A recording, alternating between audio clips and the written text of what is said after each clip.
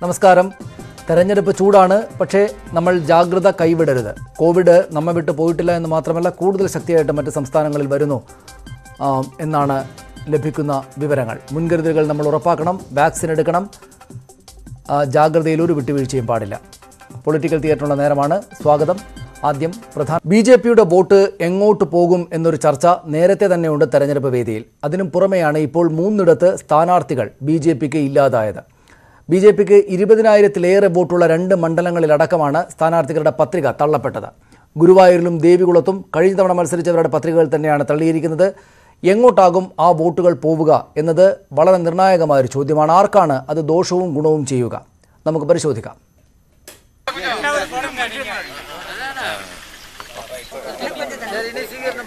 ദേവികുളത്ത് ഇപ്പോൾ പത്രിക റദ്ദായ RM ധനലക്ഷ്മി തന്നെയായിരുന്നു കഴിഞ്ഞ തവണയും AIADMK സ്ഥാനാർത്ഥി. ധനലക്ഷ്മിക്ക് കിട്ടിയത് 11,611 വോട്ട്.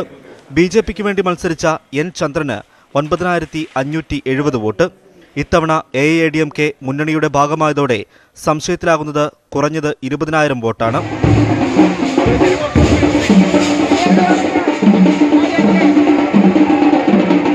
ഗുരുവായൂരിൽ ഇപ്പോൾ പത്രിക റദ്ദായ നിവേദിതയ്ക്ക് 2016 കിട്ടിയത് 25,447 വോട്ട്.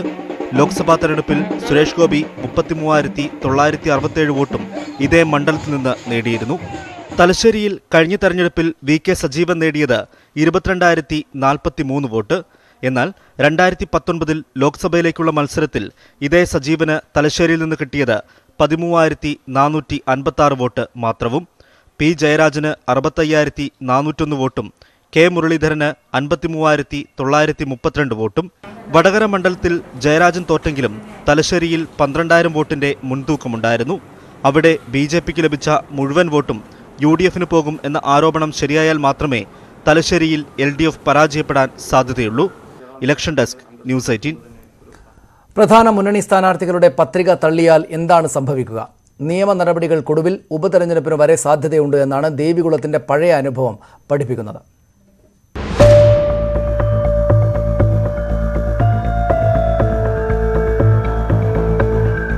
ആയിരത്തി 1957 സംസ്ഥാനത്തെ ആദ്യ ഉപതെരഞ്ഞെടുപ്പിന് തന്നെ കാരണമായത് മുന്നണി സ്ഥാനാർത്ഥിയുടെ പത്രിക തള്ളിയതാണ്. ദ്വയാംഗ മണ്ഡലമായ ദേവികുളത്ത് 1957 കോൺഗ്രസിനു വേണ്ടി നൽകിയ BK നായരുടെ പത്രികയാണ് വരണാധികാരി തള്ളിയത്. പാർട്ടി അധ്യക്ഷന്റെ സമ്മതപത്രം വ്യാജമാണെന്ന് കണ്ടെത്തിയായിരുന്നു നടപടി. തെരഞ്ഞെടുപ്പിൽ പൊതുവിഭാഗത്തിൽ നിന്ന് റോസമ്മ പുന്നൂസും സംവരണ വിഭാഗത്തിൽ നിന്ന് N ഗണപതിയും ജയിച്ചു.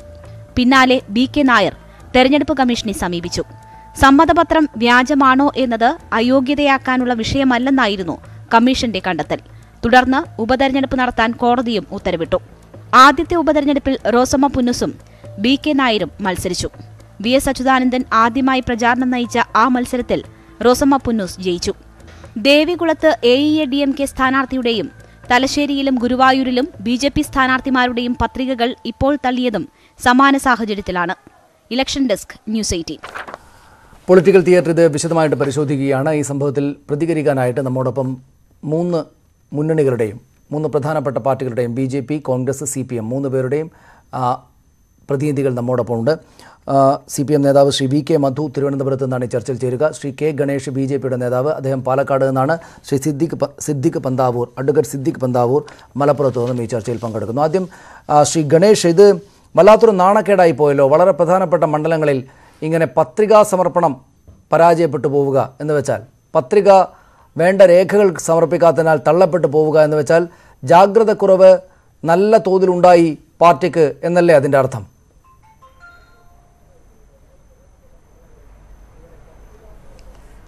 അങ്ങനെയല്ല, ഇത് ചില സാങ്കേതിക പ്രശ്നം മാത്രമാണ്. ഇതിന്റെ പിന്നിൽ ചില കളികൾ, കാരണം 22-ാം തീയതി വരെ ഇതിന് സമയമുണ്ടായിരുന്നു. അപ്പോൾ ആ സമയമൊന്നും സമയത്തൊന്നും കാത്തു നിൽക്കാതെ ഇത് ഒരു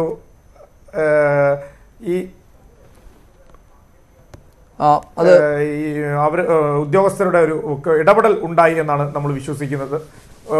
ഇടപെടൽ ഉണ്ടായി എന്നാണ് വിശ്വസിക്കുന്നത്. ഇതൊരു ഈ സാങ്കേതിക പ്രശ്നം നിയമപരമായി നേരിടുക എന്ന് തന്നെയാണ് BJPയുടെ തീരുമാനം.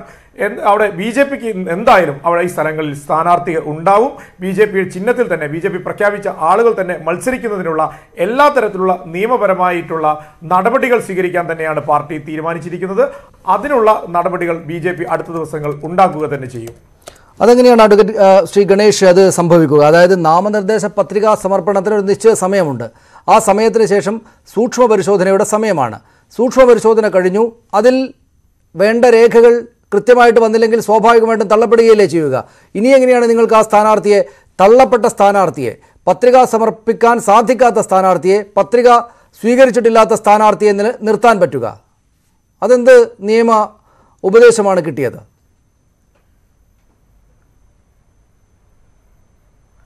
ഞാൻ നേരത്തെ സൂചിപ്പിച്ചല്ലോ, ഇത് ഇന്ത്യ ഇലക്ഷൻ ചരിത്രത്തിൽ ആദ്യമായിട്ടുള്ള സംഭവമൊന്നുമല്ല. ഇതിനു മുന്നേ സുഷമ സ്വരാജിനെതിരെ മത്സരിച്ച സമയത്ത് കോൺഗ്രസ് നേതാവായിട്ടുള്ള അന്നത്തെ അഖിലേന്ത്യാ നേതാവായിരുന്ന അദ്ദേഹത്തിന്റെ പേര് എനിക്ക് ഓർമ്മയില്ല, അവരുടെ പത്രികയും ഇതേപോലെ തള്ളപ്പെട്ടിരുന്ന സാഹചര്യം ഉണ്ടായിരുന്നു. പക്ഷേ നിയമപരമായിട്ടുള്ള നടപടികളിലൂടെ തന്നെയാണ് ആ സമയത്തൊക്കെ ഇതിനെതിരെയുള്ള നടപടികൾ സ്വീകരിച്ചത്. ഒരു സാങ്കേതിക പ്രശ്നം ചൂണ്ടിക്കാണിച്ചിട്ടൊന്നും അങ്ങനെ പത്രിക തള്ളാൻ പാടില്ല എന്ന് തന്നെയാണ്. അപ്പോൾ ഇത്തരത്തിലുള്ള പ്രത്യേകിച്ച് നാമനിർദ്ദേശ പത്രിക പൂർണ്ണമായി പിൻവലിക്കേണ്ട സമയം 22-ാം തീയതി എത്തി നിൽക്കെ അത്തരം പ്രശ്നങ്ങളൊക്കെ പരിഹരിക്കപ്പെടേണ്ടതാണ്. പക്ഷേ അത് ചെയ്യാതെ ചില ഉദ്യോഗസ്ഥർ അതിന് പിന്നിൽ ചില എന്താ പറയുക ഒരു കളികൾ അതിനുള്ളിൽ ഉണ്ടായി എന്ന് തന്നെയാണ് ഞങ്ങൾ വിശ്വസിക്കുന്നത്. പക്ഷേ ഏത് പാർട്ടിയുടെ ഭാഗത്ത് നിന്ന് എന്ത് കളിയാണ്? ആർക്കാണ് നിങ്ങളുടെ സ്ഥാനാർത്ഥി ഉണ്ടാകാതിരുന്നാൽ ഗുണം? എന്ത് കളിയാണത്? അല്ല, ഞാൻ നേരത്തെ സൂചിപ്പിച്ചല്ലോ, അത് പലതരത്തിൽ ഞങ്ങൾക്ക് സംശയങ്ങളുണ്ട്. ഞങ്ങൾ അതിപ്പോൾ പറയുന്നത് ശരിയല്ല, ചില സംശയങ്ങളുണ്ട്. ആ സംശയങ്ങൾ ഉന്നയിക്കുക മാത്രമല്ല, നമ്മളതിനെ നിയമപരമായി നേരിടുക എന്ന് തന്നെയാണ് BJPയുടെ തീരുമാനം. നിയമപരമായി നേരിട്ട് മുന്നോട്ട് പോവുക. കാരണം ഈ ചർച്ചയുടെ തുടക്കത്തിൽ തന്നെ ആ സ്റ്റോറിയിൽ പറയുന്നുണ്ട് ഇത്തരത്തിലുള്ള സംഭവങ്ങൾ ഉണ്ടായിട്ടുണ്ട്. അപ്പോൾ ഈ ഉണ്ടായ സമയത്തൊക്കെ ഇതിനെ നിയമപരമായിട്ട് തന്നെയാണ് മുന്നോട്ട് പോയത്. അതുകൊണ്ട് BJP ഈ കാര്യത്തിൽ നിയമപരമായി മുന്നോട്ട് പോയിക്കൊണ്ട് കാര്യങ്ങളെ നേരിടാൻ തന്നെയാണ് BJP തീരുമാനിച്ചിരിക്കുന്നത്. അവിടെ ശ്രീ ഗണേഷ് നേരത്തെയും ഉണ്ടായിട്ടുണ്ട്. പക്ഷേ ഉണ്ടായപ്പോഴെല്ലാം തള്ളപ്പെട്ട പത്രിക, അതോടൊപ്പം വേണ്ട രേഖകളില്ലെങ്കിൽ പിന്നെ ആ സ്ഥാനാർത്ഥിക്ക് മത്സരരംഗത്ത് നിൽക്കാനാവുകയില്ല. ഇവിടെ അപ്പുറത്തും ഇപ്പുറത്തുമുള്ള കണ്ണൂർ ജില്ലയിലെ അടക്കം എല്ലാ മണ്ഡലങ്ങളിലും BJP ഈ JP നദ്ദ അഖിലേന്ത്യാ അധ്യക്ഷൻ്റെ ഒപ്പുള്ള കത്തുമായി തന്നെയാണ് രേഖകളെല്ലാം സമർപ്പിച്ചത്. ഇവിടെ മാത്രം അതില്ല. അപ്പോൾ അത് നിങ്ങളുടെ ഭാഗത്തു നിന്നൊരു വലിയ പിശകാണ്. അതിനെന്ത് നിയമപരമായ സൊല്യൂഷനാണ് കിട്ടുക? നിങ്ങൾ സമർപ്പിക്കേണ്ടുന്ന രേഖ അതോടൊപ്പം ഇല്ല, അതുകൊണ്ടാണല്ലോ തള്ളിയത്. ഇനി എന്ത് ചെയ്യാനാണ് സാധിക്കുക?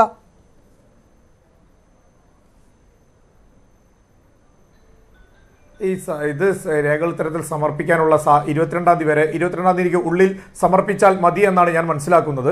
22-ാം തീയതിക്ക് ഉള്ളിൽ സമർപ്പിച്ച് കാര്യങ്ങൾ ചെയ്യുകയാണ് സാധാരണ പതിവുണ്ടായിരുന്നത്. പക്ഷേ ഞാൻ നേരത്തെ സൂചിപ്പിച്ചല്ലോ, ചില ആളുകൾ ഇതിൻ്റെ ഉള്ളിൽ ചില കളികൾ ഉണ്ടായി എന്ന്, അത് ഞാൻ നേരത്തെ സൂചിപ്പിച്ചത് ഉണ്ടായി എന്ന് വിശ്വസിക്കുന്നത്. പക്ഷേ ഇത്തരത്തിലുള്ള കാര്യങ്ങൾ വെച്ചിട്ടൊന്നും ഇതിനെ BJPയുടെ പത്രിക എന്താ പറയുക ആ ചില മണ്ഡലങ്ങളിൽ മാത്രം വിട്ടുകളഞ്ഞു എന്നാൽ അത് ശരിയായ ഒരു പ്രയോഗമല്ല. കാരണം BJP അങ്ങനെ വിട്ടുകളഞ്ഞതല്ല. അത് ശരി, ഞാൻ തിരിച്ചു വരാം. അത് അത്തരം രാഷ്ട്രീയ വിഷയങ്ങളിലേക്ക് നമുക്ക് പോകാം. ഞാൻ തിരിച്ചു വരാം താങ്കളിലേക്ക്. ശ്രീ ഗണേഷ്, ശ്രീ BK മധു, ഈ ഗണേഷ് പാലക്കാട് എന്നുള്ള BJP നേതാവ് ഇപ്പോഴും പറയുന്നത് 22-ാം തീയതി വരെ വേണമെങ്കിൽ സ്വീകരിക്കാമായിരുന്നു, അത് നിയമപരമായിട്ടുള്ള നടപടികളിലൂടെ ഞങ്ങളുടെ സ്ഥാനാർത്ഥിയെ തന്നെ കൊണ്ടുവരും, ഇവർക്ക് ഈ കാര്യത്തെക്കുറിച്ച് വലിയ പിടിപാടില്ല എന്ന് വേണമോ മനസ്സിലാക്കാൻ? നിങ്ങളൊക്കെ ആക്ഷേപിക്കുന്നത് പോലെ എന്തോ രാഷ്ട്രീയമായിട്ടുള്ള വോട്ട് മറിക്കലിന് വേണ്ടി ചെയ്തതല്ല, അവർക്ക് ആ കാര്യത്തെക്കുറിച്ച് വലിയ ധാരണയില്ലാത്തതുകൊണ്ട് വന്ന പിശകാണ് എന്ന് മനസ്സിലാക്കിയാൽ തെറ്റായിരിക്കുമോ? അത് തെറ്റായൊരു കണക്കുകൂട്ടലാണ്. കൃത്യമായ ധാരണ അവർക്കുണ്ട്. ആ ധാരണയുടെ അടിസ്ഥാനത്തിൽ കേരളത്തിൽ രൂപപ്പെട്ടിരിക്കുന്ന ഒരു പുതിയ തന്ത്രത്തിൻ്റെ ഭാഗമാണത്. ഇന്നലെ വരെ കേരളത്തിൽ വന്നിട്ടുള്ള എല്ലാ സർവേകളും ഇടതുപക്ഷത്തിന് തുടർഭരണം ഉറപ്പാണ് എന്ന് ആവർത്തിച്ച് പ്രഖ്യാപിക്കുകയാണ്. എല്ലാ പഠനങ്ങളും എല്ലാ നിരീക്ഷണങ്ങളും അത് ശരിവെക്കുകയാണ്. അത്തരത്തിൽ LDF കേരളത്തിൽ വീണ്ടും അധികാരത്തിൽ വരുമെന്ന രാഷ്ട്രീയ പശ്ചാത്തലം കേരളത്തിൽ ഉയർന്നു വന്നിരിക്കുന്നു. കഴിഞ്ഞ തദ്ദേശ സ്വയംഭരണ സ്ഥാപനങ്ങളുടെ തിരഞ്ഞെടുപ്പിൽ അതിൻ്റെ സൂചന ഉണ്ടായിരുന്നു. അങ്ങനെ വന്നപ്പോൾ അതിനെ അട്ടിമറിക്കാൻ UDFും BJPയും ആസൂത്രണം ചെയ്ത കൃത്യമായ ഒരു അജണ്ടയാണ് ഇപ്പോൾ ഇവിടെ പ്രാവർത്തികമായിരിക്കുന്നത്. ഞാൻ ചോദിക്കട്ടെ, വളരെ ലളിതമായ ചോദ്യം ഞാൻ ചോദിക്കാം. കഴിഞ്ഞ തദ്ദേശ സ്വയംഭരണ സ്ഥാപനങ്ങളിലേക്കുള്ള തെരഞ്ഞെടുപ്പിൽ കേരളത്തിലെ എല്ലാ രാഷ്ട്രീയ പാർട്ടികളും ആയിരക്കണക്കിന് നാമനിർദ്ദേശ പത്രികകൾ പൂരിപ്പിച്ചു. ആയിരക്കണക്കിന് നാമനിർദ്ദേശ പത്രികകൾ. ഒരെണ്ണം പോലും തള്ളിപ്പോകുന്ന അവസ്ഥയുണ്ടായില്ല. BJPയുടെ പത്രികയും തള്ളിയില്ല, LDFന്റെ പത്രികയും തള്ളിയില്ല, അതുപോലെ തന്നെ UDFന്റെ പത്രികയും തള്ളിയില്ല. ഇപ്പോൾ കൃത്യമായി 3 മണ്ഡലങ്ങളിൽ 3 ജില്ലകളിൽ യാദൃച്ഛ്യമായി ഒരു മണ്ഡലത്തിൽ ഒരു ജില്ലയിൽ കയ്യബദ്ധം കൊണ്ട് സംഭവിച്ചതല്ല. 3 ജില്ലകളിൽ 3 മണ്ഡലങ്ങളിൽ. ആ മണ്ഡലങ്ങൾ ഏത് എന്നുള്ളത് നിങ്ങൾ വളരെ കൃത്യമായിട്ട് നോക്കണം. തലശ്ശേരി മണ്ഡലത്തിൽ BJPക്ക് 22,000-ലധികം വോട്ട് കഴിഞ്ഞ തെരഞ്ഞെടുപ്പുകളിൽ കിട്ടിയതാണ്. ആ വോട്ടും അവിടെ വെൽഫെയർ പാർട്ടിയുമായിട്ടുള്ള പുതിയ രാഷ്ട്രീയ സഖ്യം, SDP ആയിട്ടുള്ള പുതിയ രാഷ്ട്രീയ സഖ്യം, എല്ലാ സമവാക്യങ്ങളും ഒത്തുചേരുമ്പോൾ അവിടെ ഷംസീറിനെ തോൽപ്പിക്കാൻ കഴിയുമോ എന്നുള്ള ഒരു പരീക്ഷണമാണ്. ഇപ്പുറത്ത് ഗുരുവായൂരിൽ സംഭവിച്ചിരിക്കുന്നത് വളരെ കൃത്യമല്ലേ? ഗുരുവായൂരിൽ അവിടെ BJPയുടെ NDAയുടെ സ്ഥാനാർത്ഥിയുടെ വോട്ട് അവിടെ ആർക്ക് പോകും? അത് LDFന്റെ സ്ഥാനാർത്ഥിക്ക് പോകുമോ? ഒരിക്കലുമില്ലല്ലോ. അത് കൃത്യമായിട്ട് അവിടെ സെറ്റ് ചെയ്തിരിക്കുകയാണ്. ആ വോട്ട് കൃത്യമായിട്ട് കച്ചവടം ചെയ്തിരിക്കുകയാണ്. 3 ഞാൻ ഒന്നുകൂടി പറഞ്ഞോട്ടെ, ദേവികുളത്തെ അവസ്ഥ എന്താ? ദേവികുളത്ത് കഴിഞ്ഞ തവണ 11,000 വോട്ട് ADMKയുടെ സ്ഥാനാർത്ഥിക്ക് കിട്ടി. അവരാണ് ഇപ്പോഴത്തെ സ്ഥാനാർത്ഥി. അന്ന് അവർ നോമിനേഷൻ പൂരിപ്പിച്ചപ്പോൾ അവർ ADMK എന്ന് പറയുന്ന ഒരു ചെറിയ പാർട്ടിയുടെ പ്രതിനിധിയായിട്ട് നോമിനേഷൻ പൂരിപ്പിച്ചപ്പോൾ തെറ്റിയില്ല. ഇപ്പം നോമിനേഷൻ പൂരിപ്പിച്ചപ്പോൾ തെറ്റുന്നു. NDAയുടെ സ്ഥാനാർത്ഥി രണ്ടും കൂടി ചേർത്ത് 20,000 വോട്ടുണ്ട്. അല്ല, അവിടെ ദേവികുളത്തെ അവസ്ഥയിൽ ഒരു മാറ്റം ഉണ്ടെന്ന് തോന്നുന്നു. അവർക്കൊരു സ്ഥാനാർത്ഥിയെ സംഘടിപ്പിക്കാനായിട്ടുണ്ട്. നേരത്തെ ഉണ്ടായിരുന്ന ഒരു സ്വതന്ത്ര സ്ഥാനാർത്ഥി ഈ AIADMKയിലേക്ക് ചേരുകയും അങ്ങനെ ഇപ്പോൾ അദ്ദേഹം NDAയുടെ ഔദ്യോഗിക സ്ഥാനാർത്ഥിയായി മാറുകയും ചെയ്തിട്ടുണ്ട് എന്നൊരു വാർത്ത അവിടെ നിന്ന് വന്നു കണ്ടിട്ടുണ്ട്. ഏതായാലും അത് സ്ഥിരീകരിക്കപ്പെട്ടിട്ടില്ല. ഞാൻ താങ്കളിലേക്ക് വന്നുകൊള്ളാം. അത് ഏതായാലും അവിടെ ദേവികുളത്ത് അങ്ങനെ ഒരു ശ്രമം അവർ നടത്തിയിട്ടുണ്ട്. ഞാൻ ഒറ്റ നിമിഷം താങ്കളിലേക്ക് വരാം. ഒന്നാ കോൺഗ്രസ് പ്രതിനിധിയിലേക്ക് കൂടെ പോയതിനു ശേഷം ശ്രീ സിദ്ദിഖ് പന്താവൂർ, അവിടെ ഞാൻ താങ്കളിലേക്ക് വരാം. ഇതുകൂടെ ചേർത്ത് നമുക്ക് അത് കൺക്ലൂഡ് ചെയ്യാം. ശ്രീ സിദ്ദിഖ് പന്താവൂർ, ഇവിടെ കോൺഗ്രസിനാണ് ഈ ഇടങ്ങളിലെല്ലാം നേട്ടമുണ്ടാവുക എന്നൊരു തോന്നലുണ്ടാക്കും ഈ കഴിഞ്ഞ തവണത്തെ വോട്ട് കണക്കുകൾ കണ്ടാൽ. തലശ്ശേരിയിലാണെങ്കിൽ എല്ലാവർക്കും അറിയാവുന്ന കാര്യമാണ്, 2 പാർട്ടികളുടെയും വോട്ടുകൾ ചേർന്നാൽ പോലും അവർക്ക് ഇടതുപക്ഷത്തിന് കൂടുതൽ വോട്ടുകളുണ്ട് കഴിഞ്ഞ തവണത്തെ വോട്ട് പരിശോധിച്ചാൽ. പക്ഷേ അപ്പോഴും അവിടെ 22,000-ഓളം വോട്ടുകളുണ്ട് BJPക്ക്. ഇവിടെ ഗുരുവായൂരിലാണെങ്കിൽ ഇവരെ തോൽപ്പിക്കാൻ മതിയായ വോട്ടുകൾ, ഈ BJP വോട്ടുകൾ കോൺഗ്രസിലേക്ക് വന്നാൽ ഉണ്ടാകും. 25,490 വോട്ട്, നല്ല വോട്ട് അവിടെ BJPക്കുള്ളതാണ്. ദേവികുളത്തെ കഥ അങ്ങനെയുമാണ്. ഇവിടെ പ്രാഥമികമായൊരു നോട്ടത്തിൽ തന്നെയും നമുക്ക് മനസ്സിലാക്കാനാവുക, BJPയുടെ വോട്ട് BJPക്കാർ CPMനെതിരായിട്ട് ഈ സർക്കാർ വിരുദ്ധമായിട്ടുള്ള ഒരു നിലപാടിനെതിരെ ഭാഗമായിട്ട് ചെയ്യുകയാണെങ്കിൽ കോൺഗ്രസിനാണ് ആ നേട്ടമുണ്ടാവുക എന്ന്. അങ്ങനെയൊരു നേട്ടം മുൻകൂട്ടി ഉണ്ടാകാൻ വേണ്ടിയിട്ട് മുൻകൂട്ടി പ്ലാൻ ചെയ്ത് നടപ്പാക്കിയ ഒരു സംഗതിയാണോ ഇത്? CPMകാർ അങ്ങനെയാണ് ആക്ഷേപിക്കുന്നത്. ഇവിടെ ആദ്യം തന്നെ സനീഷ്, ഇവിടെ ഗണേഷ് പറഞ്ഞതിനോടാണ് അല്പം അതിന്റെ വ്യക്തതയില്ലായ്മ തിരുത്തുക എന്നുള്ളതാണ്. ആദ്യം ഈ തെരഞ്ഞെടുപ്പ് ഏത് തന്നെയായാലും, അത് കോളേജ് യൂണിയൻ തെരഞ്ഞെടുപ്പാണെങ്കിലും പാർലമെന്റിലേക്കുള്ള തെരഞ്ഞെടുപ്പാണെങ്കിലും തെരഞ്ഞെടുപ്പിന് ഒരു മാനുവൽ ഉണ്ട്, ഒരു ചട്ടമുണ്ട്. ആ ചട്ടം അനുസരിച്ച് നാമനിർദ്ദേശ പത്രിക നൽകാനുള്ള സമയം, സൂക്ഷ്മ പരിശോധനയ്ക്കുള്ള സമയം, പിൻവലിക്കാനുള്ള സമയം അങ്ങനെ തുടങ്ങുന്നതാണ്. അങ്ങനെ നാമനിർദ്ദേശ പത്രിക നൽകാനുള്ള സമയങ്ങളിൽ നാം അടിസ്ഥാനപരമായി നൽകേണ്ട രേഖകളുടെ കൂട്ടത്തിൽ പ്രധാനപ്പെട്ടതാണ് ഏത് രാഷ്ട്രീയ പാർട്ടിക്ക് വേണ്ടിയാണോ നാം മത്സരിക്കുന്നതെങ്കിൽ ആ മത്സരിക്കുന്നത് ഉൾപ്പെടെയുള്ള രാഷ്ട്രീയ പാർട്ടിയുടെ അംഗീകരിക്കപ്പെട്ട വിപ്പോട് കൂടി നൽകുക അല്ലെങ്കിൽ സമർപ്പിക്കുക എന്നുള്ളത്. അപ്പോൾ അത് 22-ാം തീയതി വരെ അല്ലെങ്കിൽ അത് സൂക്ഷ്മ പരിശോധനാ സമയത്ത് നൽകിയാൽ തീരും, അതുകൊണ്ട് പരിഹരിക്കപ്പെടാൻ കഴിയുമെന്നൊക്കെ പറയുന്നത് ഒരു വിചിത്രമായ അല്ലെങ്കിൽ വിശ്വസിക്കാൻ കഴിയാത്തൊരു വാദമാണ്. യഥാർത്ഥത്തിൽ ഈ നാമനിർദ്ദേശ പത്രിക ഇവിടെ തള്ളിയിരിക്കുന്നത് ആരുടേതാണ്? കേവലം ഇന്നലെ BJP സ്ഥാനാർത്ഥികളാക്കിയവരുടെ കൂട്ടത്തിൽ ഏതെങ്കിലും സാധാരണക്കാരായ BJP പ്രവർത്തകന്മാരുടെയോ പ്രാദേശിക നേതാക്കന്മാരുടേതോ അല്ല. BJPയുടെ ഉത്തരവാദിത്തപ്പെട്ട പദവികളിൽ ഇരിക്കുന്ന മഹിളാ മോർച്ചയുടെ സംസ്ഥാന അധ്യക്ഷയുടെ നാമനിർദ്ദേശ പത്രിക തള്ളുന്നു. BJPയുടെ കണ്ണൂർ ജില്ലാ പ്രസിഡന്റിന്റെ നാമനിർദ്ദേശ പത്രിക തള്ളുന്നു. ആ പത്രിക തള്ളാനുണ്ടായ കാരണങ്ങളൊക്കെ പരിശോധിക്കുമ്പോൾ ഇതിൽ വ്യക്തമായ ഒരു കള്ളക്കളികൾ അല്ലെങ്കിൽ നേരത്തെ തന്നെ കോൺഗ്രസും UDFും കേരളത്തിൽ ആക്ഷേപിക്കപ്പെടുന്ന അതിനെ സാധൂകരിക്കുന്ന തരത്തിലേക്കാണ് ഇതിന്റെ രാഷ്ട്രീയം പോകുന്നത്. നമുക്കറിയാം, ഈ തെരഞ്ഞെടുപ്പിന്റെ തുടക്കത്തിൽ തന്നെ ഞങ്ങൾ പറയുന്ന ഏറ്റവും വലിയ ആക്ഷേപമുണ്ട്. കേരളത്തിൽ CPM തുടർ ഭരണം ആഗ്രഹിക്കുന്നു. ആ CPMന്റെ തുടർ ഭരണം കേരളത്തിൽ ഉണ്ടാകണമെന്ന് ഏറ്റവും കൂടുതൽ ആഗ്രഹിക്കുന്നത് കേരളത്തിലെ CPMനേക്കാൾ കൂടുതൽ കേരളത്തിലെ BJP ആണ്, കേരളത്തിലെ NDA ആണ്. അതിന്റെ ഏറ്റവും പ്രധാനപ്പെട്ട കാര്യമാണ് കഴിഞ്ഞ ദിവസം ഒരു സ്വകാര്യ ചാനലിൽ നൽകിയ അഭിമുഖത്തിൽ BJPയുടെ സംസ്ഥാന നേതാവ് തന്നെ വെളിപ്പെടുത്തിയത് കേരളത്തിലെ രണ്ടാമത്തെ കക്ഷിയായി, പ്രതിപക്ഷ കക്ഷിയായി കേരളത്തിൽ BJP ഉയർന്നു വരണമെങ്കിൽ രണ്ടാമത്തെ കക്ഷിയെ ദുർബലപ്പെടുത്തുക എന്നുള്ളതാണ് ഏറ്റവും പ്രധാനപ്പെട്ട നയം. എങ്കിൽ മാത്രമേ 1ഉം 3ഉം തമ്മിലുള്ള മത്സരം 1ഉം 2ഉം തമ്മിലുള്ള മത്സരമായി മാറുകയുള്ളൂ എന്നും അതിനുവേണ്ടി രണ്ടാമത്തെ കക്ഷിയെ ദുർബലപ്പെടുത്താനുള്ള അവസരം ഏത് വിധേനയും ഞങ്ങൾ ഉപയോഗിക്കുമെന്നാണ് അദ്ദേഹം പരസ്യമായി വെളിപ്പെടുത്തിയത്. ഇത് തന്നെയാണ് കേരളത്തിൽ കോൺഗ്രസ് ഈ തെരഞ്ഞെടുപ്പിന് മുമ്പ് തന്നെ കേരളത്തിലെ ജനങ്ങളോട് പറയുന്നത്. കേരളത്തിൽ രാജ്യവ്യാപകമായി കോൺഗ്രസ് മുക്ത ഭാരതം സ്വപ്നം കാണുന്ന BJP ഒരു ലക്ഷ്യത്തിലേക്ക് വേണ്ടി രാജ്യത്തിന്റെ വിവിധ സംസ്ഥാനങ്ങളിൽ പ്രയോഗിക്കുമ്പോൾ അത് കേരളത്തിൽ ഈ നിയമസഭാ തെരഞ്ഞെടുപ്പിലും പ്രയോഗിക്കുമെന്നുള്ളത് ഉറപ്പുള്ള കാര്യമാണ്. പക്ഷെ സിദ്ദിഖ് ബന്ദാവൂർ അവിശ്വസനീയമാണ് എന്ന് പറയുന്നതിൽ എന്നോട് ക്ഷമിക്കണം. അതായത് ഞാൻ ആ പ്രദേശത്ത് നിന്നുള്ള ആളാണല്ലോ.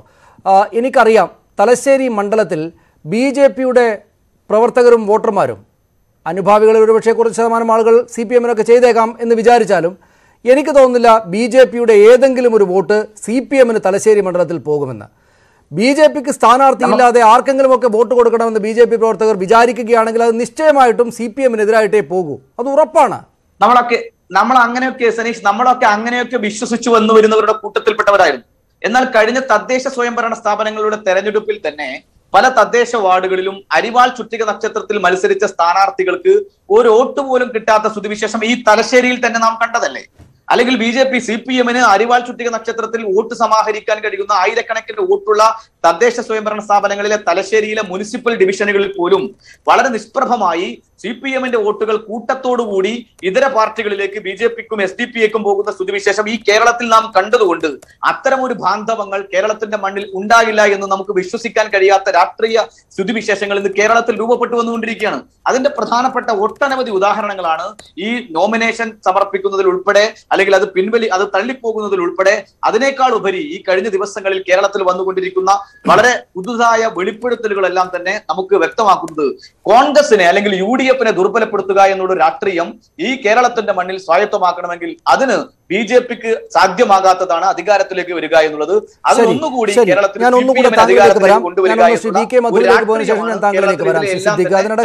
താങ്കൾ ഞാൻ അടുത്ത തവണ താങ്കളിലേക്ക് വരുന്നതിന് വരുമ്പോൾ താങ്കൾ ഈ തലശ്ശേരിയിൽ എവിടെയാണ് അങ്ങനെ CPM-ന്റെ വോട്ട് അപ്പാടെ നിഷ്പ്രഭമായിട്ട് പോയത് എന്ന കാര്യം തെളിവായിട്ട് എനിക്ക് നൽകണം.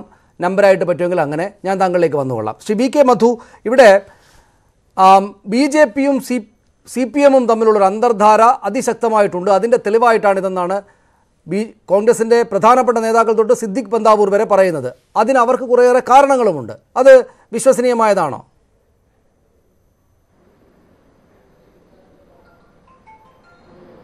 അല്ല, അത് ഇന്നിപ്പോ UDF നേതൃത്വം ചെന്ന് പെട്ടിരിക്കുന്ന ഏറ്റവും വലിയ ഗതികേടിൽ നിന്നും മുഖം രക്ഷിക്കാൻ വേണ്ടി സ്വന്തം അണികളെ വിശ്വസിപ്പിക്കാൻ വേണ്ടിയിട്ടുള്ള ഒരു പ്രചരണമാണ് അവർ നടത്തുന്നത്. പഴയ കോലീബി സഖ്യം മുതൽ ഇന്ന് വരെ കേരളത്തിന്റെ രാഷ്ട്രീയ ചരിത്രം നിഷ്പക്ഷമായി നിരീക്ഷിക്കുന്ന എല്ലാവർക്കും മനസ്സിലാവുന്നൊരു കാര്യം, LDF-നെ പ്രത്യേകിച്ച് CPM-നെ എതിർക്കുന്ന കാര്യത്തിൽ കോൺഗ്രസിനേക്കാൾ വാശിയോടുകൂടി നിൽക്കുന്നത് BJP ആണ് എന്നുള്ളത് കേരളത്തിന്റെ രാഷ്ട്രീയ ചരിത്രം അതിന്റെ ABCD അറിയാവുന്ന എല്ലാവർക്കും അറിയാവുന്ന ഒരു കാര്യമാണ്. ഇത് വളരെ ഇന്നിപ്പോ അണികളോട് മറുപടി പറയാൻ UDF-ന് പറ്റുന്നില്ല, കോൺഗ്രസിന്റെ നേതാക്കന്മാർക്ക് പറ്റുന്നില്ല. ഞാൻ വേറൊരു കഥ പറയാം. ഇതിപ്പോ ഈ 3 മണ്ഡലങ്ങളിൽ മാത്രമല്ല അവിശുദ്ധമായിട്ടുള്ള ഈ സഖ്യം ഉരുത്തിരിഞ്ഞ് വന്നിരിക്കുന്നത്.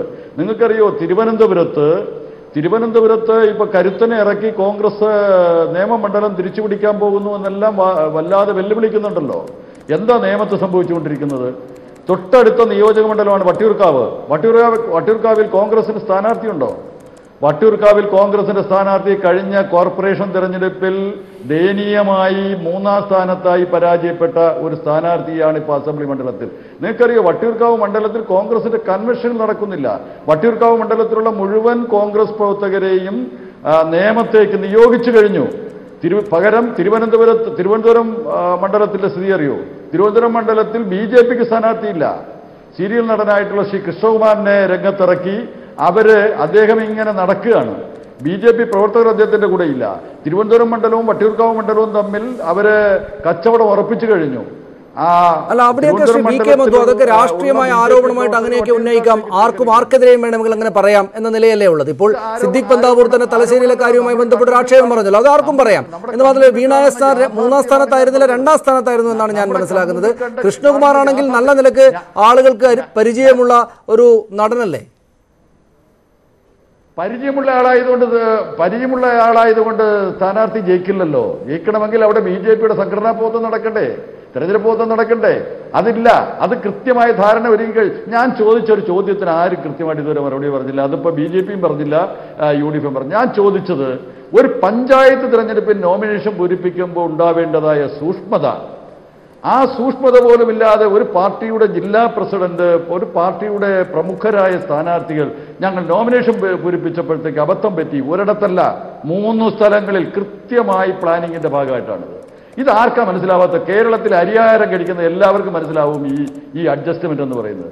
എന്നിട്ട് ഇവിടെ തെരഞ്ഞെടുപ്പ് കമ്മീഷനെ കുറ്റം പറയുകയാണ്, ഉദ്യോഗസ്ഥന്മാരെ കുറ്റം പറയുകയാണ്. വാസ്തവത്തിൽ കുറച്ച് ലേശം ഉളുപ്പൊക്കെ ഉണ്ടാവേണ്ടതാണ്. ഏത് തെരഞ്ഞെടുപ്പ് ചട്ടം അനുസരിച്ചാണ് 22-ാം തീയതി അഫിഡവിറ്റ് കൊടുത്താൽ മതിയെന്ന്, A ഫാറവും B ഫാറവും കൊടുത്താൽ മതിയെന്ന് ഏത് തെരഞ്ഞെടുപ്പ് ചട്ടത്തിലാണ് പറഞ്ഞിരിക്കുന്നത്? കോളേജ് യൂണിയൻ തെരഞ്ഞെടുപ്പിൽ സംഭവിക്കില്ലല്ലോ.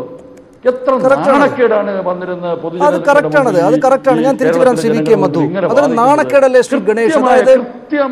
ഈ കോളേജ് യൂണിയൻ തെരഞ്ഞെടുപ്പിൽ പോലും ആളുകൾ കുറെ കൂടെ ഗൗരവത്തിൽ ഈ കാര്യങ്ങൾ പൂരിപ്പിച്ചു കൊടുക്കും. നിങ്ങളുടെ കണ്ണൂർ ജില്ലാ പ്രസിഡന്റ് അല്ലേ അദ്ദേഹം?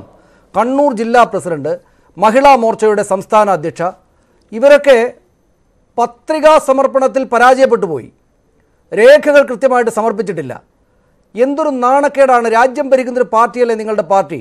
എന്നിട്ട് വന്നിരുന്നിട്ട് 22 തീയതി വരെ ഡേറ്റ് കിട്ടും, ഞങ്ങൾ കോടതിയിൽ പോയിട്ട് കാര്യങ്ങൾ ശരിയാക്കിയെടുത്തോളാം. ഇതൊക്കെ എന്താണിത്? എന്ത് പാർട്ടിയാണിത്? അങ്ങനെയാണെങ്കിൽ പിന്നെ എല്ലാ മണ്ഡലങ്ങളിലും നിങ്ങൾ ഇങ്ങനെ ചെയ്താൽ പോരായിരുന്നോ?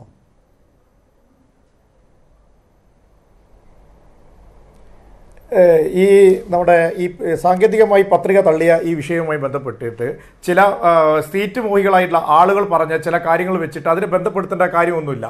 പിന്നെ ഈ ദേവികുളത്ത് പത്രിക തള്ളിയ അതേ കാരണം തന്നെയാണ് BJP സ്ഥാനാർത്ഥി തന്നെ തൊടുപുഴയിൽ ഉന്നയിച്ചിട്ടുണ്ട്. എന്താ തൊടുപുഴയിൽ CPM സ്ഥാനാർത്ഥിക്കെതിരെ ഉന്നയിച്ചിട്ടുണ്ട്, അവിടെ തള്ളിയിട്ടില്ലല്ലോ.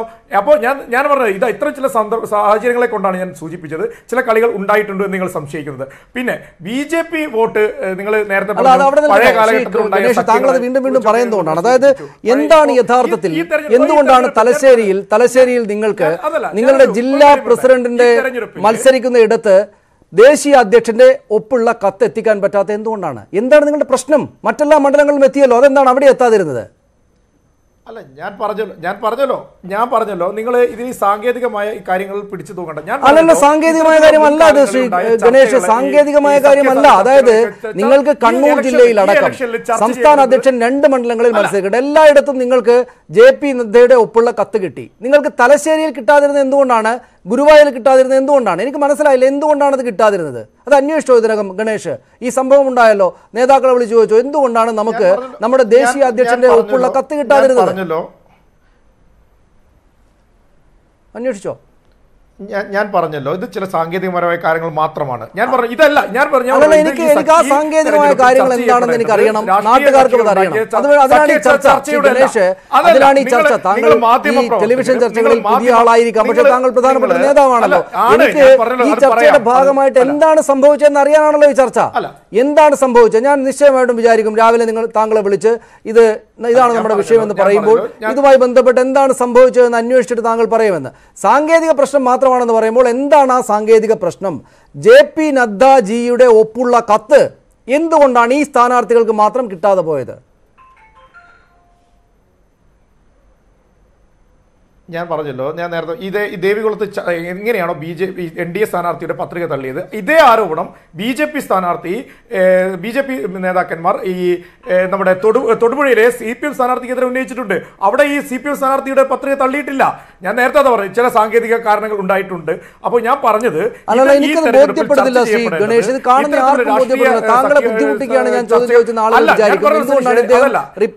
ഒരേ ചോദ്യങ്ങൾ ചോദിക്കുന്ന വിചാരിക്കും. പക്ഷേ ഗണേഷ് പ്രശ്നം എന്താണെന്ന് വെച്ചാൽ ഈ താങ്കൾ പറയുന്ന പോലെ മറ്റു മണ്ഡലങ്ങളിൽ CPMകാർ ഇങ്ങനെ ചെയ്തോ, എന്തുകൊണ്ട് അവർക്കെതിരെ നടപടിയെടുത്തില്ല എന്നൊക്കെ ശരി, അത് നമുക്ക് ചർച്ച ചെയ്യാം. നിങ്ങളുടെ ആ സാങ്കേതിക പ്രശ്നം എന്താണ്? തലശ്ശേരിയിലും ഗുരുവായൂരിലും മാത്രം JP നദ്ദാജിയുടെ ഒപ്പുള്ള സത്യവാങ്മൂലം കത്ത് എന്തുകൊണ്ട് ചേർന്നില്ല? ആ സാങ്കേതിക പ്രശ്നം എന്താണെന്ന് താങ്കൾ അന്വേഷിച്ചു പോകും നേതാക്കളുടെ കൈവശത്ത് നിന്ന്. അത് അന്വേഷിക്കും. അത് പാർട്ടി അന്വേഷിക്കുക തന്നെ ചെയ്യും. പാർട്ടി അന്വേഷിക്കാതിരിക്കുകയൊന്നും ചെയ്യില്ലല്ലോ.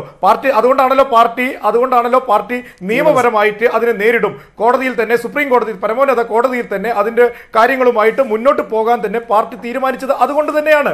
അല്ലാതെ പാർട്ടി അത് അന്വേഷിക്കാതിരിക്കുകയൊന്നുമില്ല. പാർട്ടി മുന്നോട്ട് പോകുന്നതിന് ചെയ്യും. പക്ഷേ നിങ്ങൾ ഈ മാധ്യമപ്രവർത്തകരൊക്കെ ഇപ്പോഴും ചർച്ച ചെയ്യപ്പെടുന്നത് ഈ സർക്കാരിന്റെ കഴിഞ്ഞ 5 വർഷക്കാലം കേരളത്തിൽ നടന്ന ഈ ഇടതുപക്ഷ സർക്കാരിന്റെ വികസനമില്ലാത്ത വികസനങ്ങൾ എത്തിക്കാൻ സാധിക്കാത്ത സർക്കാർ എന്താണ് താങ്കൾ പറയുന്നത്? നമ്മളൊരു വിഷയം ചർച്ച ചെയ്യാൻ വന്നിരിക്കുകയാണ്. ഒരു NDA രാജ്യം ഭരിക്കുന്ന മുന്നണിയുടെ സ്ഥാനാർത്ഥികൾ പ്രധാനപ്പെട്ട മണ്ഡലങ്ങളിൽ 20,000-ലേറെ വോട്ട് പിടിച്ച മണ്ഡലങ്ങളിൽ സ്ഥാനാർത്ഥികൾ പത്രിക തള്ളപ്പെട്ടു പോകുമ്പോൾ ആ ചർച്ച ചെയ്യാതെ താങ്കൾ എങ്ങോട്ടാണ് പോകുന്നത്? വികസനമൊക്കെ നമുക്ക് വേറെയും ചർച്ച ചെയ്യാമല്ലോ. പറഞ്ഞല്ലോ അതിന്റെ നടപടികൾ അങ്ങനെയല്ല. അതിന്റെ നടപടികൾ ഈ കോടതി നിയമപരമായി നേരിടുന്നു എന്ന് പറഞ്ഞത് അത് ശരിയല്ല. അത്രത്തോളം താങ്കൾ പലതവണയായിട്ട് റിപ്പീറ്റ് ചെയ്യണം. അത് ശരിയല്ല. എന്തുകൊണ്ടെന്നാൽ താങ്കൾ ഈ സമയത്തിനകത്ത് ഞങ്ങൾക്ക് ഒരു ധാരണ ഉണ്ടാക്കണം, നാട്ടുകാർക്ക് ഇടയിൽ ഒരു ധാരണ ഉണ്ടാക്കണം, അവർക്ക് ചില വിവരങ്ങൾ നൽകണം എന്ന് ആ കാര്യങ്ങൾ പരിശോധിച്ച് വരണമായിരുന്നു ശ്രീ ഗണേഷ്. താങ്കളുടെ കുഴപ്പമായിട്ട് ഞാൻ കാണുന്നില്ല. അങ്ങനെ ഒരു വലിയ പ്രതിസന്ധിയിലായിരിക്കും നിങ്ങൾ പെട്ടിട്ടുണ്ടാവുക. ഞാൻ തിരിച്ചു വരാം താങ്കളിലേക്ക്, മറ്റതിഥികളിലേക്കും വരാം. ചെറിയ ഇടവേളയ്ക്ക് ശേഷം.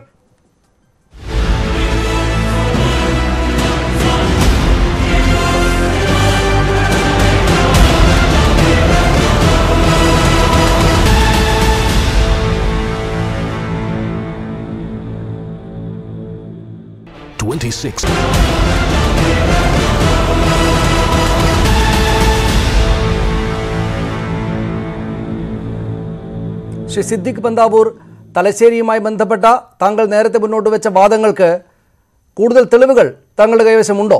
അത് വിശദീകരിക്കാനുണ്ടോ? ഇവിടെ തലശ്ശേരിയുമായി ബന്ധപ്പെട്ട ഈ നാമനിർദ്ദേശ പത്രിക തള്ളിപ്പോയതുമായി ബന്ധപ്പെട്ട് കേവലം സാങ്കേതികത്വം എന്നുള്ളതിൽ മാത്രം നിൽക്കാൻ കഴിയില്ല എന്നുള്ളതാണ് UDF മുന്നോട്ട് വെക്കുന്ന ഏറ്റവും പ്രധാനപ്പെട്ട രാഷ്ട്രീയം.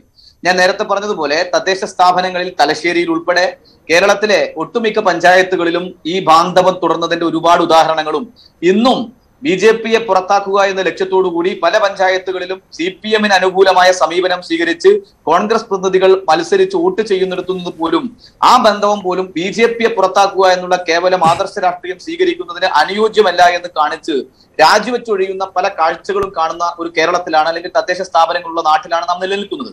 അപ്പോൾ ഈ തീർച്ചയായും ഞങ്ങൾ ഇതിൽ ഉയർത്തുന്നത് കേരളത്തിൽ ഇന്ന് ഉയർന്നു വരുന്ന അവിശുദ്ധമായ BJP CPM സൗഹൃദ രാഷ്ട്രീയം അത് കോൺഗ്രസിനെ ദുർബലപ്പെടുത്തുക. ക്ഷമിക്കണം എന്നോട്. ഈ ഗുരുവായൂരിലെ കാര്യം പരിശോധിച്ച് നോക്കുകയാണെങ്കിലും നേരത്തെ തലശ്ശേരിയുമായി ബന്ധപ്പെട്ടെന്ന പോലെ ഈ ബാന്ധവം കോൺഗ്രസും BJPയും തമ്മിലാകുമോ എന്ന സംശയം ആർക്കും ഉണ്ടാകാവുന്ന ഒരു നിലയുണ്ട്. ഞാനൊരു നിമിഷം ആ വോട്ട് കണക്ക് താങ്കൾക്കറിയാം, പക്ഷേ എല്ലാവർക്കും വേണ്ടി ഒന്ന് പറയാം. അതായത് അവിടെ കഴിഞ്ഞ തവണ KV അബ്ദുൽ ഖാദർ CPMന്റെ നേതാവ് സ്ഥാനാർത്ഥി 15,098 വോട്ടുകൾക്കാണ് ജയിച്ചത്.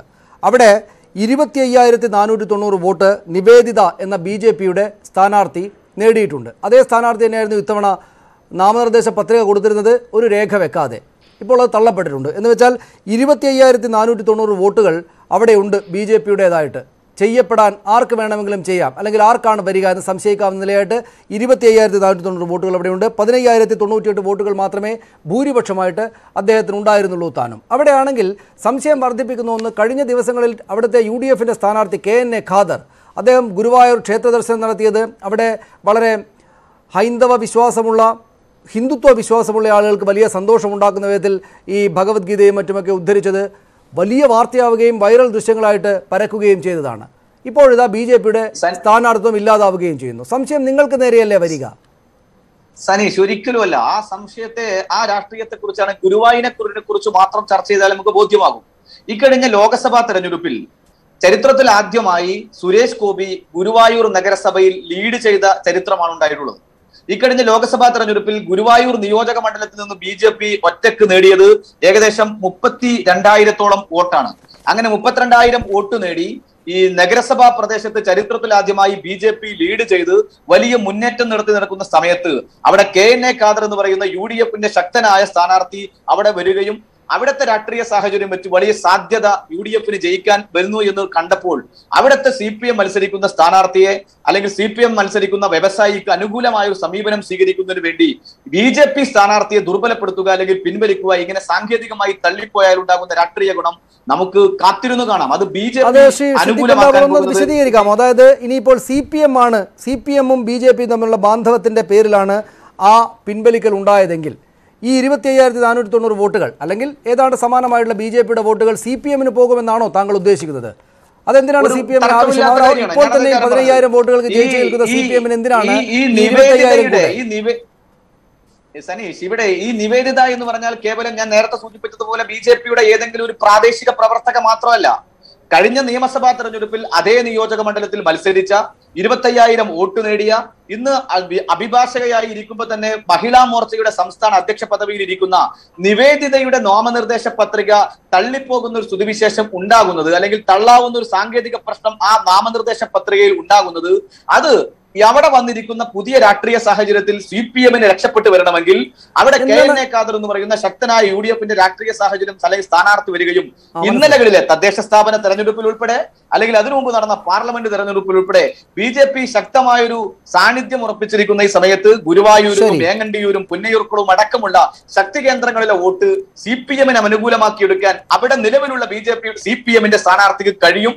അതിന് ഉതകുന്ന തരത്തിലേക്ക് മാറ്റുക എന്നുള്ളതും അതിൽ നിന്ന് കൂടുതൽ BJP അനുകൂലമായി അല്ലെങ്കിൽ BJPക്ക് അനുകൂലമായ സാഹചര്യം സൃഷ്ടിക്കാൻ കഴിയുന്ന ഒരു സാഹചര്യം ആ സ്ഥാനാർത്ഥിയെ കൊണ്ട് കഴിയുമെങ്കിൽ അതിൽ നിന്ന് സ്ഥാനാർത്ഥിയെയും സാങ്കേതികമായി നോമിനേഷൻ പത്രിക പോലും പിൻവലിച്ച് അല്ലെങ്കിൽ തള്ളുന്ന സ്ഥിതിവിശേഷം ഉണ്ടാക്കി CPM ബോധ്യപ്പെട്ടിട്ടില്ല. കണക്കുകൾ അങ്ങോട്ട് യോജിക്കാത്തൊരു സാഹചര്യമുണ്ട്. ഒരുപക്ഷെ താങ്കൾ പറയുന്നതായിരിക്കും ശരി, രാഷ്ട്രീയമാണല്ലോ. ശ്രീ VK മധു, ഇവിടെ KNA ഖാദർ വന്നു, അവിടുത്തെ സാഹചര്യം മാറി, CPM തോറ്റേക്കും എന്നൊരു നിലയുണ്ടായി. അപ്പോൾ സ്വാഭാവികമായിട്ടും BJPയുടെ വോട്ട് കൂടെ ഇങ്ങോട്ട് സമാഹരിക്കാം എന്ന് കണക്കാക്കിയിട്ട് നിങ്ങൾ വളരെ സമർത്ഥമായിട്ട് അവിടെ നിവേദിത എന്ന മഹിളാ മോർച്ചയുടെ സംസ്ഥാന അധ്യക്ഷയെ കൊണ്ട് ഇങ്ങനെ ഒരു പേപ്പർ ഇങ്ങോട്ട് മാറ്റി വെപ്പിച്ചിട്ട് പത്രിക കൊടുപ്പിച്ചു. ഇതാണോ ഉണ്ടായത്? സനീഷ, ഇത് താങ്കൾക്ക് ബോധ്യപ്പെടാത്തപ്പോൾ തന്നെ കേരളത്തിൽ ഒരു മനുഷ്യന് ഈ വാദങ്ങൾ ബോധ്യപ്പെടുന്നില്ല, ആർക്കും മനസ്സിലാകുന്നില്ല. UDF-ന്റെ സ്ഥാനാർത്ഥി ചില കെട്ടുകഥകളും ചില കടങ്കഥകളൊക്കെ പറഞ്ഞ് തടി രക്ഷിക്കാനുള്ള ഒരു പാശ്രമത്തിലാണ്. ഞാൻ വളരെ ലളിതമായി ചോദിക്കുന്നു, അങ്ങനെയാണെങ്കിൽ തലശ്ശേരിയിൽ 34,000 വോട്ടിന് ഞങ്ങൾ ജയിച്ചു നിൽക്കുന്ന മണ്ഡലത്തിൽ എന്തിന് ഈ അഡ്ജസ്റ്റ്മെന്റ് ഉണ്ടാവണം? മറുപടി ഉണ്ടോ നിങ്ങൾക്ക്? 34,000 വോട്ടാണ് അവിടെ കഴിഞ്ഞ തെരഞ്ഞെടുപ്പിൽ ഞങ്ങളുടെ ഭൂരിപക്ഷം. അവിടെ BJPയുമായിട്ട് അഡ്ജസ്റ്റ്മെന്റ് ഉണ്ടാക്കേണ്ടത് ഞങ്ങളുടെ ആവശ്യമാണോ UDF-ന്റെ ആവശ്യമാണോ? ഇത് ഇപ്പൊ എന്ത് CPM-ന്റെ 3 സിറ്റി സീറ്റുകളിൽ മാത്രമാണ് ഇത് വന്നിരിക്കുന്നത്. UDF-ന്റെ ഒരു സീറ്റിലും വന്നിട്ടില്ല. CPM-ന്റെ 3 സിറ്റി സീറ്റുകളിലുമാണ് ഇത് വന്നിരിക്കുന്നത്. ഇതൊക്കെ പറഞ്ഞാൽ പച്ചവെള്ളം കുടിച്ചിട്ടുള്ള കേരളത്തിലെ ഒരു മനുഷ്യനും ഇതൊന്നും വിശ്വസിക്കാൻ പോകുന്നില്ല. നിങ്ങൾക്ക് ചാനൽ ചർച്ചയിൽ വന്നിരുന്ന് നമുക്ക് ഈ പ്ലാറ്റ്ഫോമിൽ എന്തും പറയാം, അതല്ല ആളുകളങ്ങ് വെള്ളം തൊടാതെ വിഴുങ്ങിക്കോളും എന്നൊക്കെ ധരിച്ചാൽ അത് ശുദ്ധ അബദ്ധമാണ്. ഒരു പറയുന്ന കാര്യത്തിന് എന്തെങ്കിലും ഒരു യുക്തി വേണ്ടേ? ഞാൻ ചോദിക്കട്ടെ, തലശ്ശേരി നിങ്ങൾ പറയൂ, ഈ 3 മണ്ഡലങ്ങളിലും സംഭവിച്ചിരിക്കുന്നത് യാദൃച്ഛികമായ സംഭവമല്ല. ശ്രീ ഗണേശ് ഇവിടെ പറയുന്നിട്ട് ഞാൻ ചോദിക്കട്ടെ, ഈ സാങ്കേതിക പിഴവെന്നൊക്കെ പറഞ്ഞ് അദ്ദേഹം ഇവിടെ കിടന്ന് വല്ലാതെ ഉരുളുകയാണ്. ഞാൻ ചോദിക്കുന്നു, എന്തേ ഡമ്മി സ്ഥാനാർത്ഥി ഇല്ലാതെ പോയി? പഞ്ചായത്ത് തെരഞ്ഞെടുപ്പ് പോലും ഡമ്മി സ്ഥാനാർത്ഥിയെ കൊടുക്കുമല്ലോ. ഇവിടെ ഇപ്പൊ 3 മണ്ഡലങ്ങളിൽ നോമിനേഷൻ തള്ളിയപ്പോ ഡമ്മി സ്ഥാനാർത്ഥി ഇല്ലല്ലോ UDF-ന്, BJPക്ക്. എന്തേ ഡമ്മി ഇല്ലാതെ പോയി? അപ്പൊ ഇത് കൃത്യമായ ആസൂത്രമാണെന്നുള്ള കാര്യത്തിൽ വല്ല സംശയമുണ്ടോ? ഞാൻ നേരത്തെ വട്ടിയൂർക്കാവിന്റെ കാര്യം പറഞ്ഞല്ലോ. വട്ടിയൂർക്കാവിൽ ഒരു വിജയസാധ്യതയില്ലാത്തൊരു സ്ഥാനാർത്ഥിയെ കോൺഗ്രസ് നിർത്തിയിട്ട് വട്ടിയൂർക്കാവിൽ BJPക്ക് വോട്ട് മറിക്കാൻ വേണ്ടിയിട്ടുള്ള കരാറ് ഒരുങ്ങിക്കഴിഞ്ഞു. പകരം തിരുവനന്തപുരം അസംബ്ലി മണ്ഡലത്തിൽ അവിടെ ശിവകുമാറിന് വോട്ട് ചെയ്യാനുള്ള ധാരണ ഒരുങ്ങിക്കഴിഞ്ഞു. വട്ടിയൂർക്കാവിൽ ഒറ്റ കോൺഗ്രസ് പ്രവർത്തകരില്ല, എല്ലാവരും നിയമത്തേക്ക് നിയോഗിച്ചു കഴിഞ്ഞിരിക്കുന്നു. തിരുവനന്തപുരം DCC അറിയോ പ്രിയപ്പെട്ട അഡ്വക്കേറ്റ് സിദ്ദിഖ് പന്താവൂർ? ഞാൻ തിരുവനന്തപുരത്തുകാരനാണ്. ഞാനിപ്പോൾ സംസാരിക്കുന്നത് വട്ടിയൂർക്കാവ് മണ്ഡലത്തിൽ ഇരുന്നുകൊണ്ടാണ്. ശ്രീ VK മധു, നമുക്ക് ഈ ചർച്ച അവസാനിപ്പിക്കേണ്ട സമയമായതുകൊണ്ടാണ്. അങ്ങനെയാണെങ്കിൽ നിങ്ങൾക്ക് വലിയ ദയനീയമായ പരാജയം ഉണ്ടാവുകയല്ലേ ശ്രീ VK മധു ചെയ്യുക? അതായത് ഇങ്ങനെ താങ്കൾ തന്നെയും വിശദീകരിക്കുന്ന മട്ടിലാണ് കാര്യങ്ങൾ പോകുന്നതെങ്കിൽ ഇതിപ്പോൾ തലശ്ശേരിയിൽ ഇപ്പോൾ ഈ 2 വോട്ടും കൂട്ടി നോക്കിയാൽ തലശ്ശേരിയിൽ നേരിയ വോട്ടിനൊക്കെ ജയിച്ചു പോകും എന്ന നിലയാണ് താങ്കൾ പറയുന്നത് പോലെ ആണ് കാര്യങ്ങളെങ്കിൽ. പക്ഷേ ഗുരുവായൂരിൽ അതല്ല. തിരുവനന്തപുരത്തെ മണ്ഡലങ്ങളുടെ കാര്യം താങ്കൾ തന്നെയും പറയുന്നു. ഇതിപ്പോൾ ഇവർ രണ്ടുപേരും ചേർന്ന് വലിയ പരാജയമാണ് ഇടതുപക്ഷത്തിനുണ്ടാകുന്നതെന്നല്ലേ താങ്കൾ പറയുന്നത്? പരാജയമാണ് എന്ന് ഞാൻ പറഞ്ഞില്ല. പക്ഷെ ഈ അവിശുദ്ധ സഖ്യം ഞങ്ങൾ കാണുകയാണ്. ഇത് കണ്ടുകൊണ്ട് കേരളത്തിലെ മതേതര വിശ്വാസികളായ ജനങ്ങളുടെ മുമ്പാകെ ഇടതുപക്ഷത്തിന്റെ തത്വാധിഷ്ഠിതമായ രാഷ്ട്രീയ സമീപനം ഞങ്ങൾ മുന്നോട്ട് വെക്കുകയാണ്. ഒരു സംശയം വേണ്ട. മലമ്പുഴയിൽ സനീഷ് കേട്ടിട്ടുണ്ടോ? ഇങ്ങനെ ഈ മലമ്പുഴയിൽ ആദ്യം UDF നിയോഗിച്ച രാഷ്ട്രീയ പാർട്ടിയെ കുറിച്ച് കേട്ടിട്ടുണ്ടോ? UDFന്റെ കൺവീനർക്ക് അറിഞ്ഞുകൂടാത്ത രാഷ്ട്രീയ പാർട്ടിയാണ് മലമ്പുഴയിൽ മത്സരിക്കാൻ വേണ്ടി UDF നിയോഗിച്ചത്. എത്ര തമാശയാണ് നിങ്ങൾ ആലോചിച്ച് നോക്കൂ. പിന്നീട് അവർക്ക് അവിടെ മാറേണ്ടി വന്നു, അത് വേറെ കാര്യം. പക്ഷേ ഞാൻ പറഞ്ഞത് അതെ അതായിരുന്നു. കേരളത്തിൽ മുൻകാലങ്ങളിൽ പരീക്ഷിച്ച കോലീബി സഖ്യം അതിനൊരു അടിസ്ഥാനമേ ഉള്ളൂ. അതിനൊരു അടിസ്ഥാനം എന്ന് പറയുന്നത് ഇത്തവണ കേരളത്തിൽ LDFന്റെ തുടർഭരണം ഉറപ്പായി കഴിഞ്ഞിരിക്കുന്നു. അതിന് പുതിയ ചാണക്യ തന്ത്രങ്ങൾ മെനയണം. ഇതൊക്കെ എങ്ങനെയാണ് നമുക്ക് തള്ളിക്കളയാനാവുക ശ്രീ സിദ്ദിഖ്? ഇതെല്ലാം കൂടെ ചേർത്ത് വരുമ്പോൾ ശരിയാണല്ലോ എന്ന് തോന്നില്ലേ നാട്ടുകാർക്ക് ശ്രീ സിദ്ദിഖ്? സനീഷ്, ഒരിക്കലും വസ്തുതാവിരുദ്ധമായ കാര്യമാണ് ഇവിടെ പ്രിയപ്പെട്ട മധു പറഞ്ഞുകൊണ്ടിരിക്കുന്നത്. നമുക്കറിയാം കേരളത്തിൽ ഈ തെരഞ്ഞെടുപ്പ് ഏറെ ശ്രദ്ധിക്കപ്പെട്ടത് പ്രധാനമായും നിയമസഭാ തെരഞ്ഞെടുപ്പിലെ ഒരു കെ മുരളീധരന്റെ സ്ഥാനാർത്ഥിത്വം ഉൾപ്പെടെ ആത്മാർത്ഥമായി കോൺഗ്രസ് നേതൃത്വം, ഐക്യജനാധിപത്യ മുന്നണി നേതൃത്വത്തിന്റെ വരവോടും അവരുടെ ഇടപെടലോടും കൂടിയാണ്. കേരളത്തിൽ ശക്തമായ BJP മത്സരിക്കുന്ന ഇടങ്ങളൊന്ന് പരിശോധിച്ചു നോക്കൂ. നേമത്തുൾപ്പെടെ പാലക്കാട് ജില്ലയിലാണ് BJPക്ക് കിട്ടിയ പുതിയ നിയമത്തെ സംബന്ധിച്ച് കെ മുരളീധരൻ വരുന്നു, വലിയ തോതിൽ മത്സരിക്കുന്നു, അതിശക്തമായുള്ള പോരാട്ടമാണല്ലോ.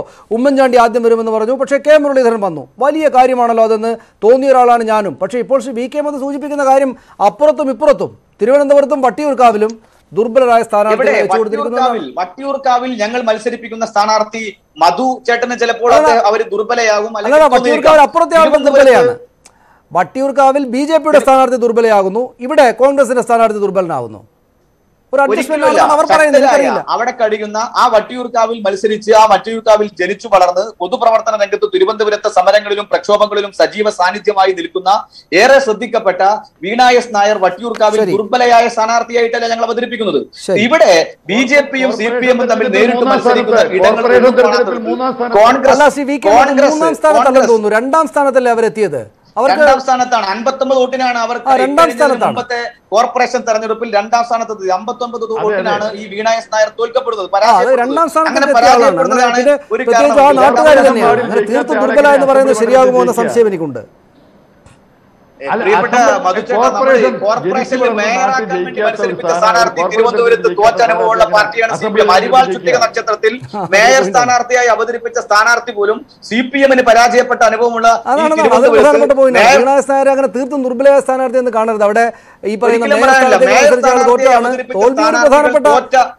അതുകൊണ്ട് മാത്രം ആള് ദുർബലയാണെന്ന് പറയുന്നത് ശരിയായിരിക്കില്ല. ഞാനൊന്ന് നമുക്ക് ഈ ചർച്ചയുടെ അവസാന ഭാഗത്തേക്ക് പോകാം. ശ്രീ K ഗണേഷ്, ഇവിടെ എനിക്കിപ്പോഴും മനസ്സിലായിട്ടില്ല എങ്ങനെയാണ് നിങ്ങളുടെ പാർട്ടിയുടെ ജില്ലാ സെക്രട്ടറി, അതും കണ്ണൂർ പോലെ രാഷ്ട്രീയമായിട്ട് സെൻസിറ്റീവായ ഒരു ജില്ലയിലെ പ്രസിഡന്റ്, അദ്ദേഹം മത്സരിക്കുന്നിടത്ത് പേപ്പർ ഒന്നും വെക്കാതെ പോയതെന്ന് എനിക്ക് മനസ്സിലായിട്ടില്ല. ഒന്ന്, അതുപോലെ രാജ്യം ഭരിക്കുന്ന പാർട്ടിയുടെ കേരളം പോലൊരു സംസ്ഥാനത്തിൻ്റെ വനിതാ വിഭാഗത്തിൻ്റെ മഹിളാ മോർച്ചയുടെ അധ്യക്ഷ, അവരുടെ പേപ്പർ എങ്ങനെയാണ് ഇങ്ങനെ വെക്കാതെ പോയതെന്ന് എനിക്ക് മനസ്സിലായിട്ടേ ഇല്ല. നിങ്ങൾ യഥാർത്ഥത്തിൽ ഇങ്ങനെ വോട്ട് അങ്ങോട്ടും ഇങ്ങോട്ടും മറിക്കാമെന്ന് വിചാരിച്ചിട്ടുണ്ടോ ശ്രീ ഗണേഷ്? ഡമ്മി സ്ഥാനാർത്ഥി ഇല്ലാത്തത് എന്താ?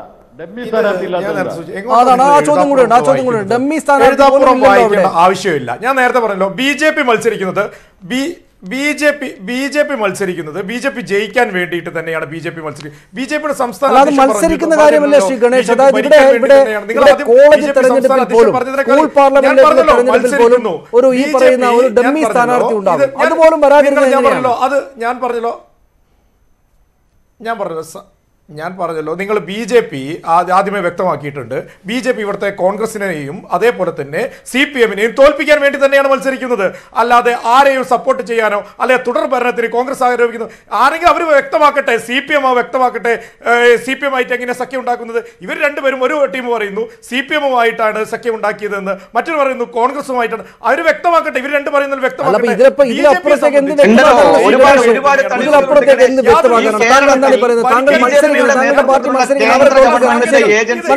മത്സരിക്കുന്നില്ല ഇവിടെ. മത്സരിക്കാൻ നിങ്ങളൊരു ഡമ്മി സ്ഥാനാർത്ഥിയെ വെച്ചിരുന്നെങ്കിൽ അയാൾ ഉണ്ടായതിനെ സ്ഥാനാർത്ഥിയായിട്ട്. അതെന്താണ് ഡമ്മി സ്ഥാനാർത്ഥിയെ പോലും വെക്കാതിരുന്നത്? നിങ്ങൾ ഡമ്മി സ്ഥാനാർത്ഥിയുടെ പേപ്പർ പോലും കൊടുക്കാതിരുന്നത് എന്താണ് ശ്രീ ഗണേഷ്? വിവരം കിട്ടിയോ? യാതൊരു കൺഫ്യൂഷനില്ല. BJP നിയമപരമായി നേരിടും. BJP അതുകൊണ്ട് നിയമപരമായി നേരിടും. അങ്ങനെയുള്ള ആത്മവിശ്വാസങ്ങൾ പ്രകടിപ്പിക്കരുത്. അതായത് നാട്ടിലൊരു സംവിധാനമുണ്ട്. ഈ ദിവസം തീരുന്നതാണ്. സൂക്ഷ്മ പരിശോധന നടത്തിയിട്ട് തള്ളുകയാണെങ്കിൽ തള്ളപ്പെട്ടത് തന്നെയാണ്. പക്ഷേ ഞങ്ങൾക്ക് രാജ്യത്ത് അധികാരമുള്ളതുകൊണ്ട് ഞങ്ങൾ കോടതിയിൽ പോയിട്ട് കാര്യങ്ങളെല്ലാം ശരിയാക്കി എടുത്തുകൊള്ളാം എന്ന ധാരണ പാടില്ല. നിങ്ങൾക്കും എല്ലാവർക്കും ഈ നാട്ടിൽ ഒറ്റ അവസാന ദിവസമേ ഉള്ളൂ, നിശ്ചിത സമയമേ ഉള്ളൂ. നിങ്ങൾക്ക് മാത്രമായിട്ട് സുപ്രീം കോടതി ഞങ്ങൾ രാജ്യം ഭരിക്കുന്ന പാർട്ടിയാണ്, ഞങ്ങൾക്ക് ഇങ്ങനെ ചെയ്തിട്ടുണ്ടെന്ന് പറഞ്ഞാൽ നടക്കില്ല. ദേവികുളത്തെ സ്ഥാനാർത്ഥി ഞാൻ പറഞ്ഞല്ലോ, ദേവികുളത്തെ സ്ഥാനാർത്ഥി പകരം സ്ഥാനാർത്ഥി BJP വെച്ച് കണ്ടോ, NDA വെച്ചു. അതുകൊണ്ട് അല്ല, അത് അവിടെ ഒരു സ്വതന്ത്ര സ്ഥാനാർത്ഥി ആ നിലക്ക് ഉണ്ടായിരുന്നതുകൊണ്ട് നിങ്ങൾ രക്ഷപ്പെട്ടു. ശരി, വേണ്ടി തന്നെയാണ് ഇവിടുത്തെ 5 വർഷം ദേവികുളം ഇവിടെ പ്രശ്നമല്ല. കാരണം ദേവികുളം ഈ വോട്ട് നില ഇങ്ങനെയുള്ള സ്ഥലമല്ല. നിങ്ങൾ ഈ വോട്ട് നില ഇങ്ങനെയുള്ള സ്ഥലത്ത് എന്താണ് ചെയ്തത്? എന്തുകൊണ്ടാണ് നിങ്ങൾക്ക് ഒരു ഡമ്മി സ്ഥാനാർത്ഥിയെ വെക്കാൻ കഴിയാതെ പോയത്? ചില അജണ്ടകൾ നിശ്ചയിക്കാൻ ശ്രമിക്കുകയാണ് ഇവിടുത്തെ മാധ്യമങ്ങൾ. ചില അജണ്ടകൾ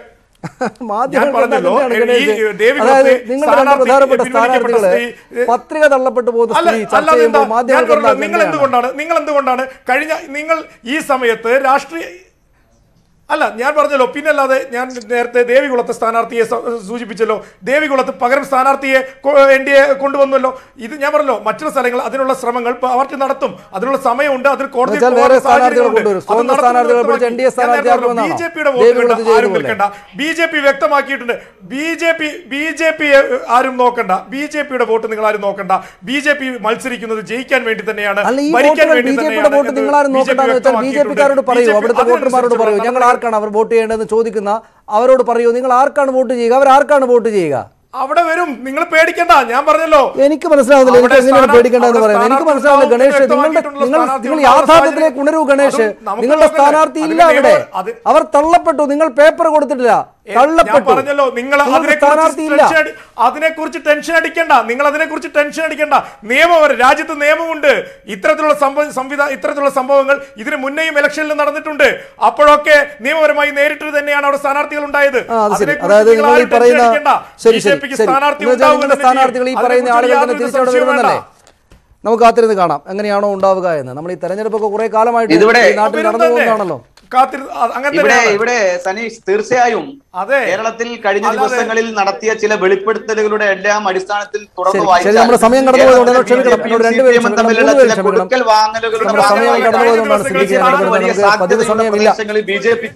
വളരെ നന്ദി ശ്രീ ഗണേഷ് ഞങ്ങളോടൊപ്പം ഈ ചർച്ചയിൽ പങ്കെടുത്തതിന്. വളരെ നന്ദി ശ്രീ VK മധു. വളരെ നന്ദി ശ്രീ സിദ്ദിഖ് പന്താപൂർ ഞങ്ങളോടൊപ്പം ഈ ചർച്ചയിൽ പങ്കെടുത്തതിന്, കാര്യങ്ങൾ വിശദീകരിച്ചതിന്. ഇടവേളയാണ്, തിരിച്ചു വരാം.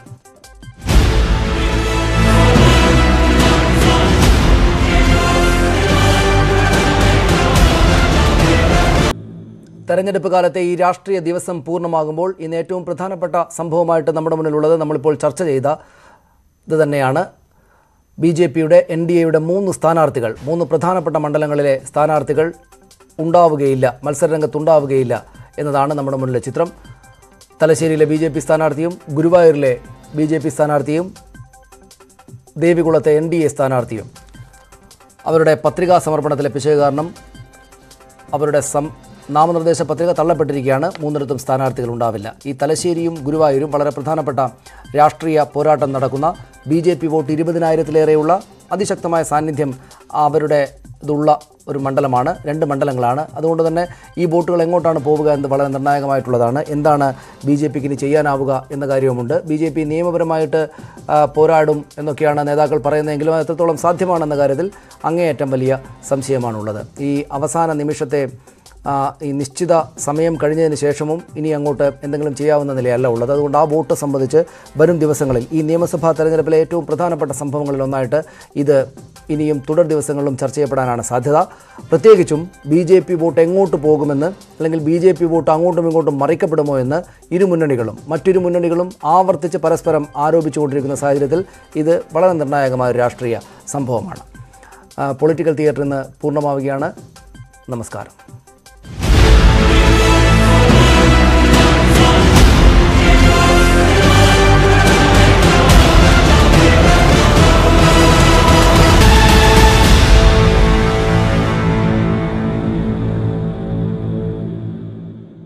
This program